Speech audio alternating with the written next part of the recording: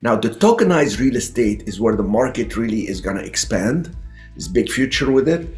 I tried to see if I can get ahead of that, and practically very difficult and very cumbersome because the regulators have not wrapped their head around it yet. So in tokenized real estate, your ownership interest is represented by blockchain tokens. Okay, so when you're buying blockchain tokens instead of traditional units in an LLC, the reward is there is some economic upside, like in any investment in real estate. There is potential more liquidity because you can do peer-to-peer trading on the blockchain, which is pretty good. And the key thing is the settlement is faster. So you put it, they buy it, you get your money. So it's a lower administrative cost and lower hassles, etc. What's the risk? Well, same like any risk in real estate. Market changes. There is right now the current risk is regulatory uncertainty. Like I'm telling you, I looked at it in the US, I looked at it in Puerto Rico. They said, well, if you want to put a property on the tokenized blockchain, you need to get an appraisal. What if the appraisal comes in lower? Like in Puerto Rico, they appraise property usually at 20% lower than the real market because they want to be conservative with the banks. And sometimes in the US, they say, well, I cannot give you the valuation on pro forma because it's still sitting vacant. So what if you have an issue? They say, well, we need an appraisal and you can't deviate too much. And to structure that tokenization structure and all this, it seems like it's going to cost 100,000 currently. It's going to go down to like 40,000 or something too. But there is a regulatory uncertainty regarding how it's going to get taxed, etc. There is tech risk.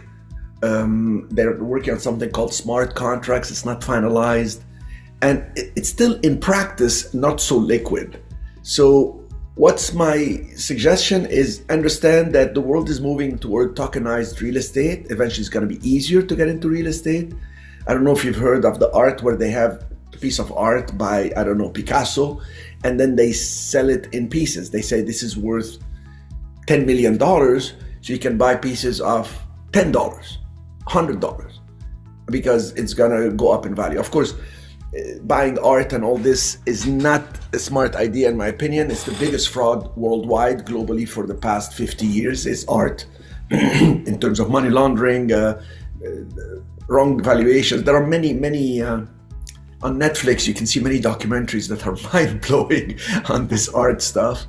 But the other thing is it's not producing income. You want what's called the productive asset. So if you're ever gonna truly invest and not gamble, you want productive assets, and there's nothing like real estate because it comes with some degree of protection, especially in the United States of America. This is not like buying outside the country and having the risk of currency change, the risk of government being taken over and stuff like that.